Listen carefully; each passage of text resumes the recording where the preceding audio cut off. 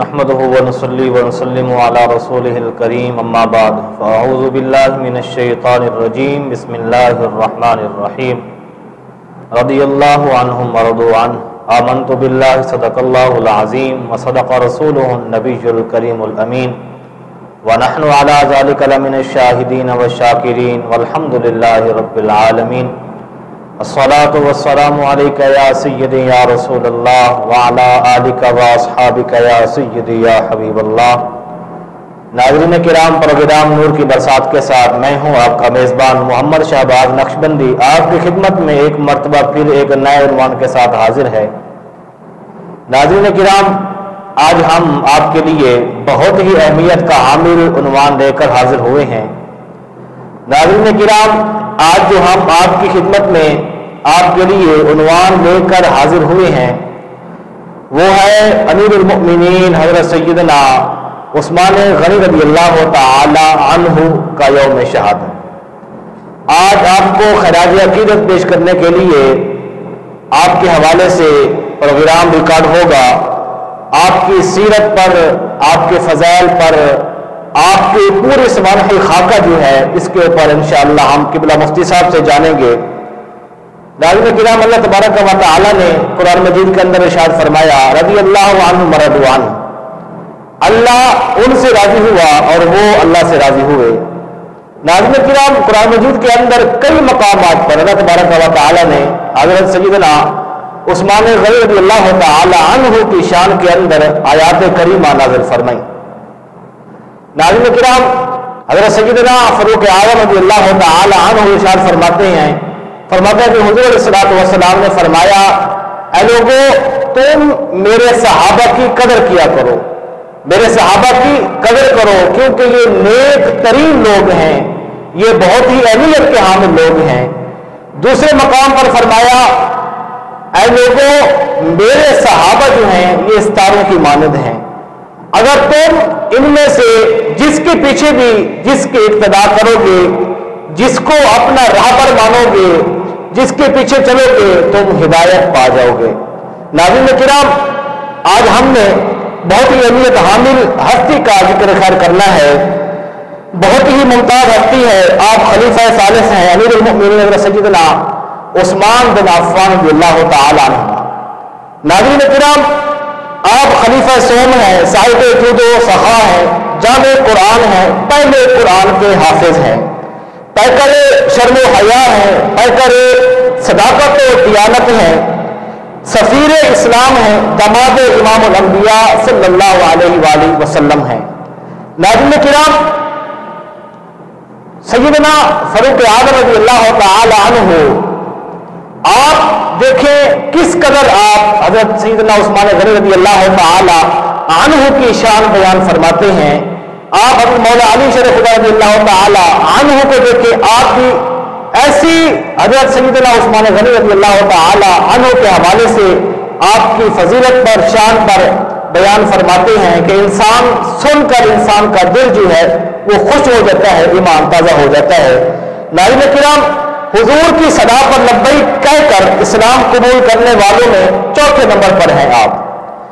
ناظرین کرام، جو سابقون الاولون کی بزم کے چمکتے ہوئے ستارے ہیں اور عشرہ مبشرہ میں اللہ کے پیارے ہیں، اور دو مرتبہ حضور علیہ السلام سے جنت حاصل کرنے والے ہیں، ذوالنورین کی عظمتوں کا تاج سجا کے آدم علیہ السلام سے قیامت تک جو آپ کو اعزاز حاصل ہے کہ انبیاء علیہ السلام کی کسی نبی کی دو صاحبزادیاں، دو بیٹیاں کسی کے نکاح کے اندر نہیں آئیں، مگر نبی کی دو بیٹیاں جس ہستی کے نکاح کے اندر آئیں وہ سیدنا عثمان غنی رضی اللہ تعالی عنہ ہیں، جن کو حضور علیہ السلام نے اپنی دو صاحبزادیاں یکے بعد دیگرے آپ کے نکاح کے اندر حضور علیہ السلام نے دی۔ ناظرین کرام، حضرت مولا علی شریف رضی اللہ تعالی عنہ آپ بیان فرماتے ہیں کہ وہ کیا خوب شان والے ہیں جن کو چوتھے آسمان پر ذوالنورین کے لقب سے پکارا جاتا ہے۔ ناظرین کرام، حضرت سیدنا عثمان غنی رضی اللہ تعالی عنہ کی شان تو بہت اہمیت کی حامل ہے اور بہت بڑے بڑے پورے باب ہیں آپ کی شان کے اوپر، آپ کی فضیلت کے اوپر، آپ کی سخاوت کے اوپر۔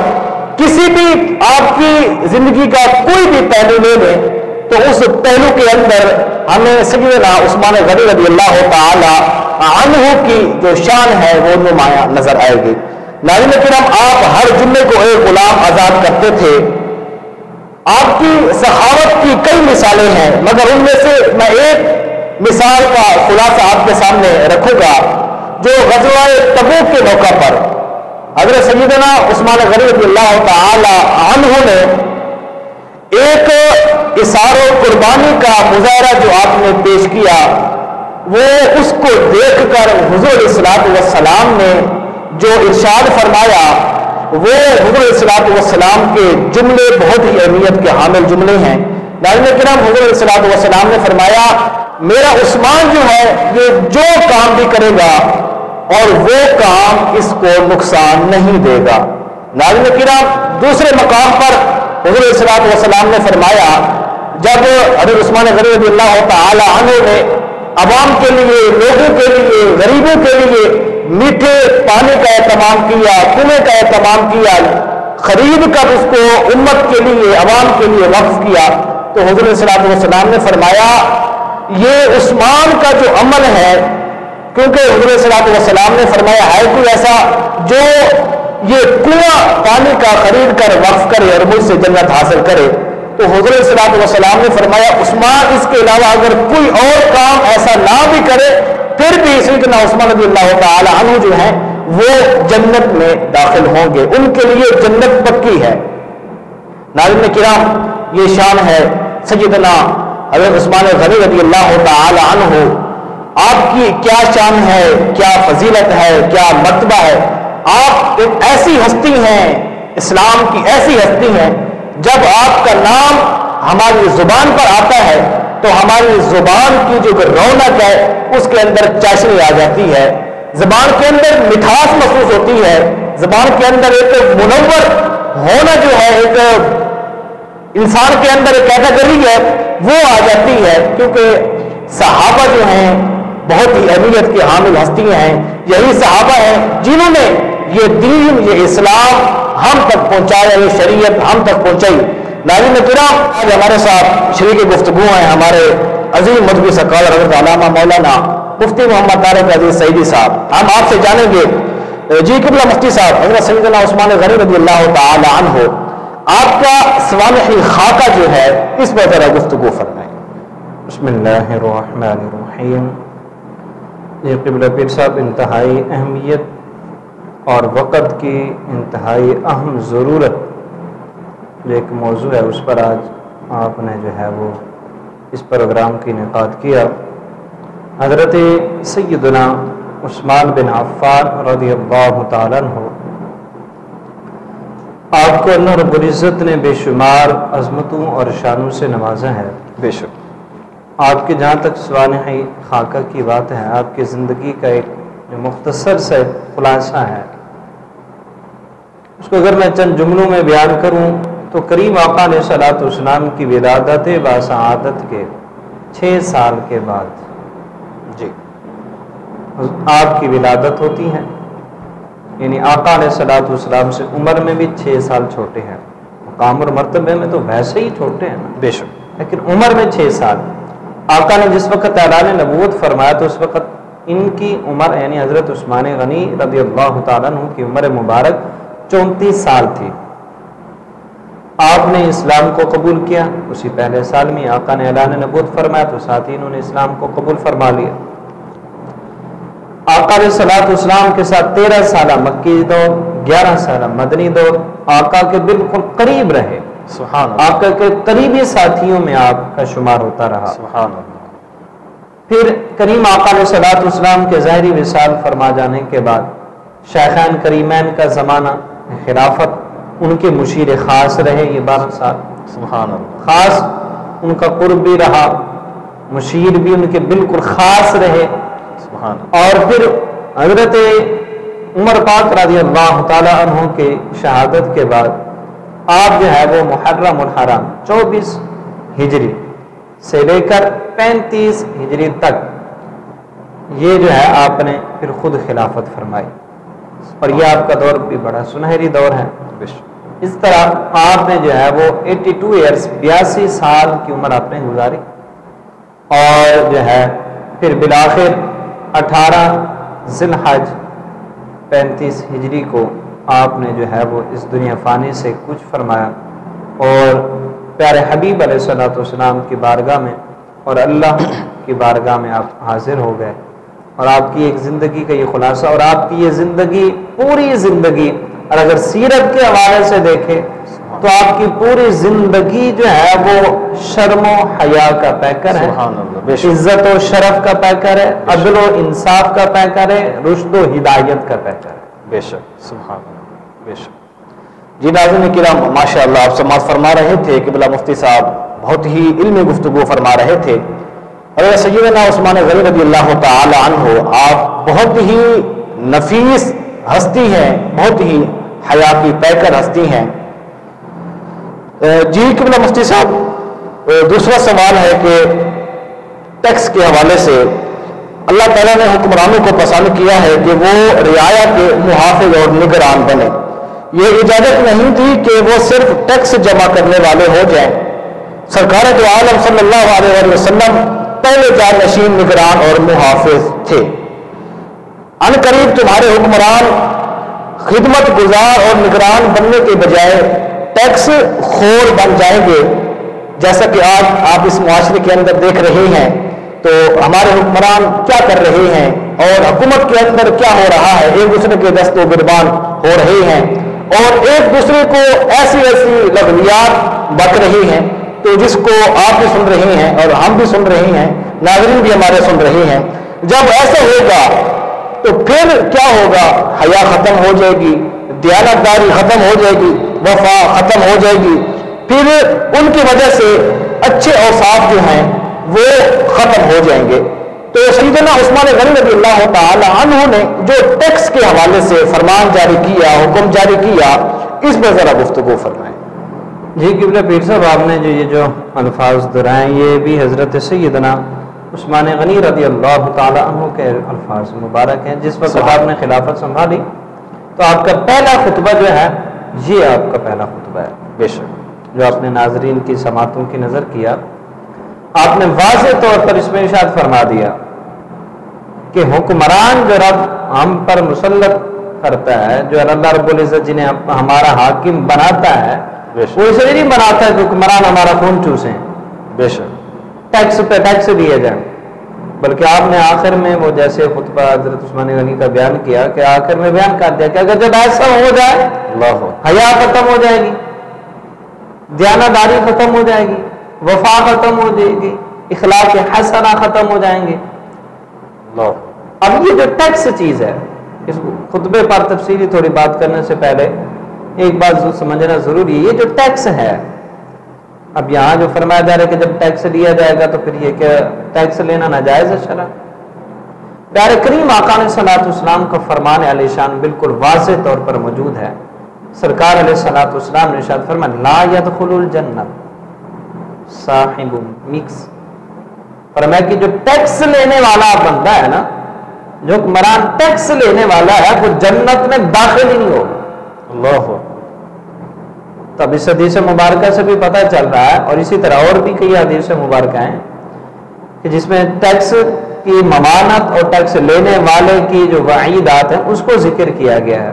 تو اس سے یہ پتہ چلتا ہے کہ ٹیکس کا لینا ناجائز ہے، جبکہ ایسا نہیں، ٹیکس لینا جائز بھی ہے اور ناجائز بھی ہے۔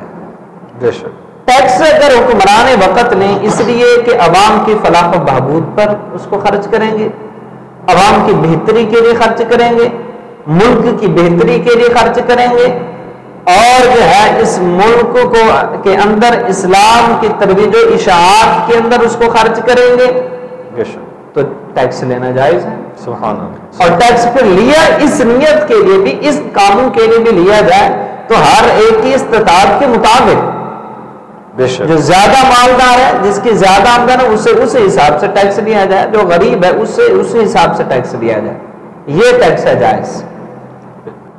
عوام کا خون چوسنے کے لیے لیا جا رہا ہے ٹیکس، اپنے کوٹیاں اور محلات بنانے کے لیے لیا جا رہا ہے ٹیکس اگر جو ہے وہ اپنے سوئمنگ پولوں کی مرمت اور فارچونر اور بڑی بڑی گاڑیاں خریدنے کے لیے، اپنے عیاشیوں کے اندر خرچ کرنے کے لیے، اپنے علل تلنوں کے لیے، اگر جو ہے وہ اس لیے کہ عوام کا ہم نے خون چوسنا ہے اور جو ہے اسے ہم نے سود دینا ہے، اغیار کو خوش کرنا ہے، ان مقاصد کے لیے ہے، اگر ٹیکس اس لیے لیا جا رہا ہے کہ اب امیر غریب کو جو ہے وہ امیر سے ہوتا چلا جائے کہ امیر کے لیے جو ہے وہ ٹیکس کی سہولتیں اور غریب کا خون تک چوس لیا جائے، اسے ایک پیسہ نہ چھوڑا جائے اور سب سے ٹیکس پھر برابر ہو، یعنی لینا تو برابر ہے کہ کسی نے اگر 16% جو ہے وہ ٹیکس ہے تو امیر نے بھی اتنا دینا، غریب نے بھی، لیکن امیر کو اس میں پھر بھی رعایت مل جائے اور غریب سے تو لازمی لیا جائے۔ اس انداز کا ٹیکس جو آج ہمارے معاشرے میں لیا جا رہا ہے، بالخصوص وطن عزیز پاکستان میں، کہ ہمارے حکمران جو ہے وہ ان کی عیاشیاں نہیں ختم ہوتی، اس طرح کا ٹیکس لینا یہ جائز نہیں ہے، یہ ناجائز ہے۔ اور جیسے آپ نے بات کی کہ جو آج کل ہمارے ہاں ہو رہا ہے، تو آج یہی ہو رہا ہے، آج ہمارے یہ حکمران جو ہم پر مسلط ہیں، ان کی کیا حالت ہے؟ ہمارے وزیر اعظم صاحب نے تو 18 کروڑ سوئمنگ پول کی مرمت میں لگا دیے، نیا بنانا ہوتا تو پتہ نہیں کتنے خرچ کر دیتا۔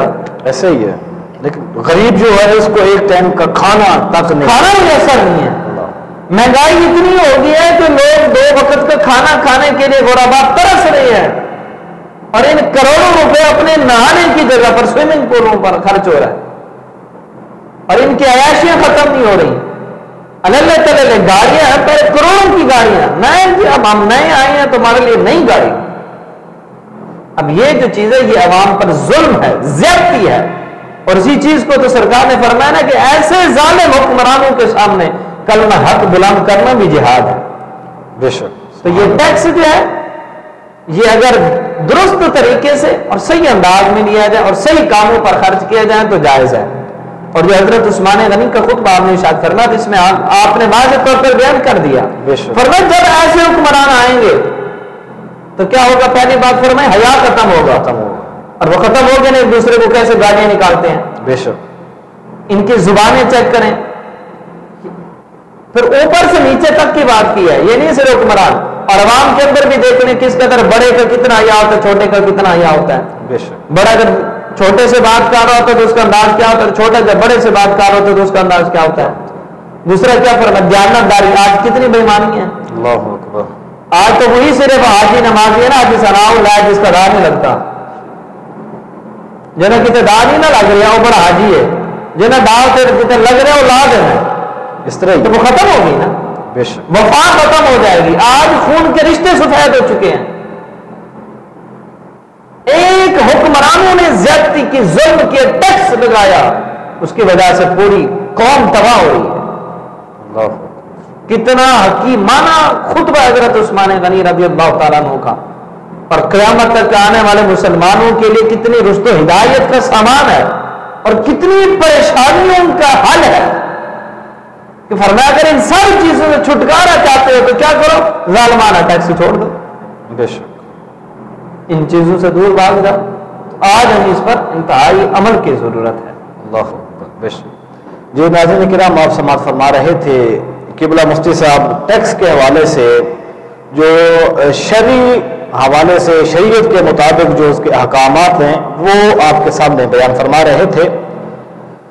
جی قبلہ مفتی صاحب، حضرت سیدنا عثمان غنی رضی اللہ تعالی عنہ آپ کی شہادت کے حوالے سے بھی گفتگو فرمائے، ذکر فرمائے بھی آپ کی شہادت کیسے ہوئی، اس کا کیا پس منظر ہے، اس کی کیا حقیقت ہے؟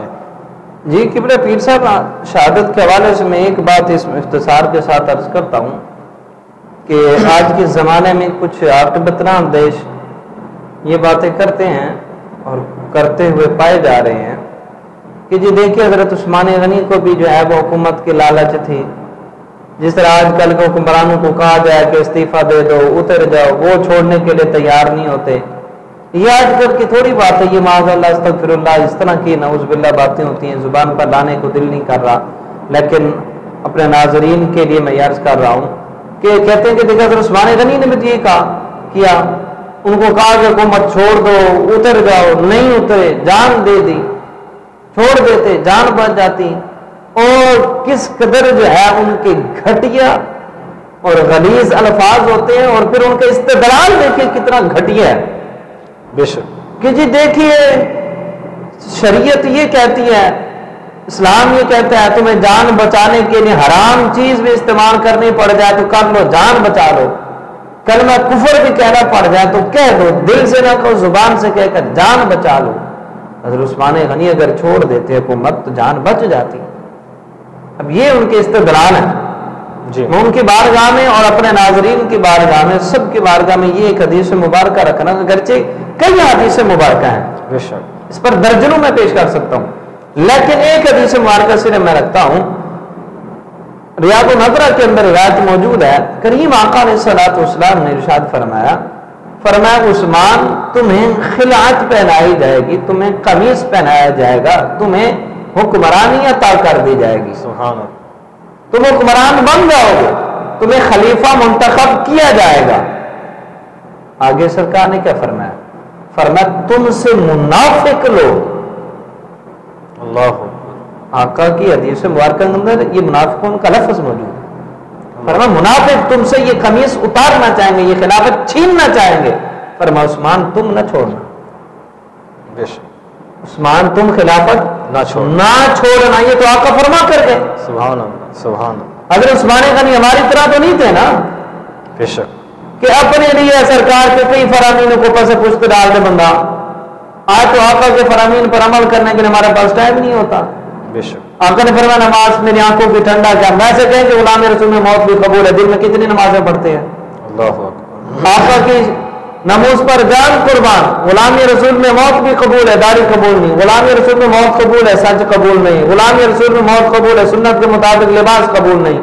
غلام رسول میں موت قبول ہے، دیانتداری قبول نہیں. غلام رسول میں موت بھی قبول ہے، شرم و حیا قبول نہیں.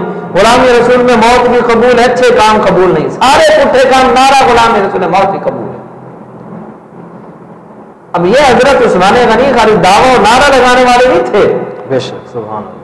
وہ جو کہتے ہیں نا وہ چوری کھانا والے مجنون ہیں سن، اس طرح ہی وہ جگر دینے والے تو خون دینے والے مجنون سن. بابا جی سارے کہنے ہوتے سن نا جنے سن جنے. ہاں بالکل. بابا جی بولتے جڑے سن تو جڑے سن نا. پھر تو انہوں نے کہا کہ آقا نے فرمایا کہ عثمان نہیں چھوڑنی تو عثمان جان دے دے گا. آقا کے فرمان سے پیچھے کیسے ہٹ سکتا ہے؟ سبحان اللہ. اور پھر سامنے اہل بھی ہو تو پھر بھی ہے نا بات. آقا فرما کر کے جو تم سے چھیننا چاہیں گے وہ منافق ہوں گے. بے شک. تو اس لیے حضرت عثمان غنی نے جان دے دی.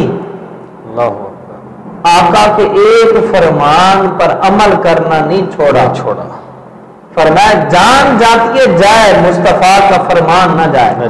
سبحان اللہ. جان دے سکتا ہوں، مصطفیٰ سے بے وفائی نہیں کر سکتا.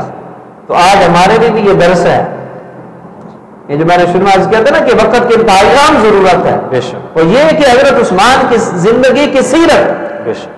حضرت عثمان غنی کے نام کے نعرے لگا لینا یہ محبت نہیں. محبت یہ ہے کہ ان کی تعلیمات پر عمل، ان کی سیرت پر عمل کیا جائے. بے شک. تو یہ ان کی سیرت ہے کہ جان دیں گے لیکن مصطفیٰ کریم سے بے وفائی نہیں کریں گے.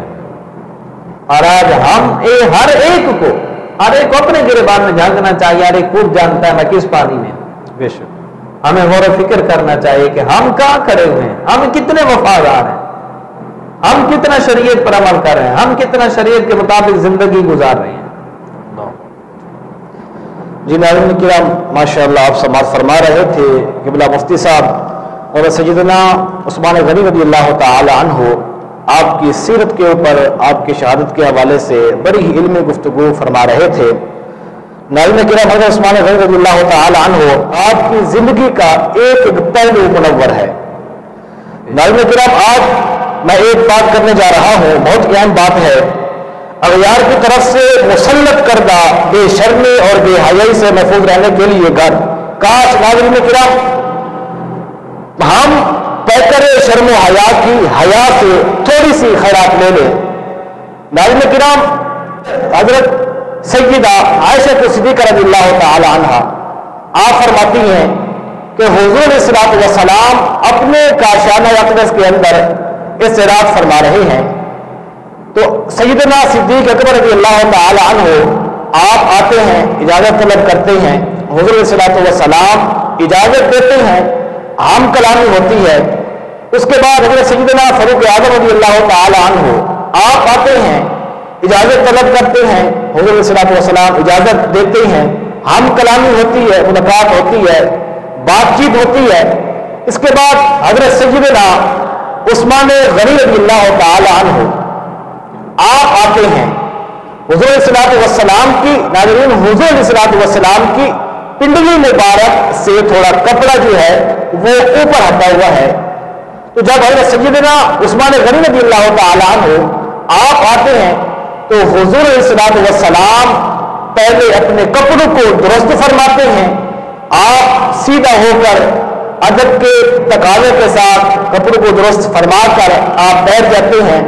پھر سیدنا عثمان غنی رضی اللہ تعالی عنہ آپ تشریف لاتے ہیں، آتے ہیں، حضور علیہ الصلوۃ والسلام کی خدمت اقدس کے اندر معروضے پیش کرتے ہیں۔ حضور علیہ الصلوۃ والسلام وہ سارے معروضے آپ سنتے ہیں۔ جب وہ چلے جاتے ہیں تو سیدہ عائشہ صدیقہ رضی اللہ تعالی عنہا آپ فرماتی ہیں، میں نے عرض کیا رسول اللہ صلی اللہ علیہ وسلم، سیدنا صدیق اکبر ہے، آپ نے کوئی حرکت نہیں کی، عمر فاروق ہے، آپ نے پھر بھی کوئی حرکت نہیں کی، مگر جب عثمان غنی رضی اللہ تعالی عنہ آپ آئے تو آپ نے حرکت کی، کپڑوں کو درست کیا، یہ کیا ماجرا ہے؟ ناظرین کرام، یہاں پر حضور علیہ الصلوۃ والسلام نے جو جملے ارشاد فرمائے ہیں وہ جملے سونے سے لکھنے والے ہیں۔ حضور علیہ الصلوۃ والسلام نے فرمایا، جس شخص سے آسمان کے فرشتے حیا کرتے ہیں، کیا میں اس شخص سے حیا نہ کروں؟ ناظرین کرام، یہ شان ہے سیدنا عثمان غنی رضی اللہ تعالی عنہ کی۔ ناظرین کرام، دنیا میں جہاں جہاں حیا بٹی، حضور علیہ الصلوۃ والسلام کے صدقے سے بٹی، جہاں جہاں شرم بٹی، حضور علیہ الصلوۃ والسلام کے صدقے سے بٹی، جن کے صدقے سے حیا بٹی وہ عثمان سے حیا کرتا ہے، جن کے صدقے سے حیا بٹی وہ عثمان سے حیا کرتا ہے، تو ان کا اپنا مقام کیا ہوگا؟ ناظرین کرام، آج اگر ہم حضرت سیدنا عثمان غنی رضی اللہ تعالی عنہ کی زندگی کو اگر ہم اپنی زندگی کے اندر لے آئیں، آپ کی سیرت کے اوپر، آپ کے معمولات زندگی کے اوپر اگر ہم عمل کرنا شروع کر دیں تو پھر دیکھنا یہ دنیا کے اندر ایک انقلاب برپا ہو جائے گا۔ ناظرین کرام، آج سوشل میڈیا پر، الیکٹرانک میڈیا پر دیکھ رہے ہیں کیسی بے حیائی، بے شرمی، فحاشی، عریانی عروج پر ہے۔ آج ہمیں ضرورت ہے اپنے مضامین کے اندر ہمیں حضرت سیدنا عثمان غنی رضی اللہ تعالی عنہ کی سیرت کو، آپ کی زندگی کے واقعات کو ہم اپنے مضامین کا حصہ بنائیں۔ جب یہ حصہ بن جائے گا پھر دیکھنا کہ اللہ تبارک و تعالی امت مسلمہ پر کیسا فضل فرماتا ہے کہ امت مسلمہ کے اندر ایک نورانیت، ایک روحانیت کے طور پر ایک انسان جو اس کی زندگی کا معمولات ہوگا، زندگی گزارنے کا طریقہ ہوگا، جب وہ اسلام کے اوپر شریعت کے مطابق اپنی زندگی کو بسر کرے گا پھر اس کی زندگی، دنیاوی زندگی بھی اس کی اچھی ہو جائے گی اور اخروی زندگی جو ہے اس کی اچھی ہو جائے گی۔ ناظرین کرام، جنہوں نے امت کے لیے، لوگوں کے لیے، عوام کے لیے پانی کا کنواں میٹھا خرید کر وقف کیا، مگر آپ کے اوپر ایسا وقت آیا، ظالموں نے ایسے ظلم کیے، ایسے طرح طرح کے ظلم کے پہاڑ ڈھائے، آپ کا 40 دن تک پانی بند رہا۔ ناظرین کرام، اہل بیت اطہار کا 3 دن پانی بند رہا، مگر یہاں پر حضرت سیدنا عثمان غنی رضی اللہ تعالی عنہ دیکھیں، یہاں پر آپ کا 40 دن تک پانی بند رہا۔ حکومت بھی ہے، عہدہ بھی ہے، اقتدار بھی ہے، طاقت بھی ہے، سب کچھ ہے، مگر حضور علیہ الصلوۃ والسلام کا جو وہ فرمان ہے اسی کے اوپر عمل کر رہے ہیں۔ حضور علیہ الصلوۃ والسلام کے فرمان کو کمر نہیں کی، پیچھے نہیں چھوڑا، تو دنیا نے، تاریخ نے اور قیامت تک آپ وہ ہستی ہیں جن کا ذکر خیر ہوتا رہے گا۔ خراج عقیدت آپ کو امت مسلمہ پیش کرتی رہے گی۔ ناظرین کرام، آپ کی زندگی کا ہر پہلو منور ہے، آپ کی زندگی کا ہر پہلو ایک اہمیت کا حامل ہے۔ ناظرین کرام، اسی کے ساتھ ہمارے پروگرام کا وقت اختتام کو جا پہنچا۔ ایک مرتبہ پھر آپ کی خدمت میں ایک نئے عنوان کے ساتھ حاضر ہوں گے، تب تک کے لیے اپنے میزبان محمد شہباز نقشبندی کو اجازت دیجیے۔ اللہ حافظ۔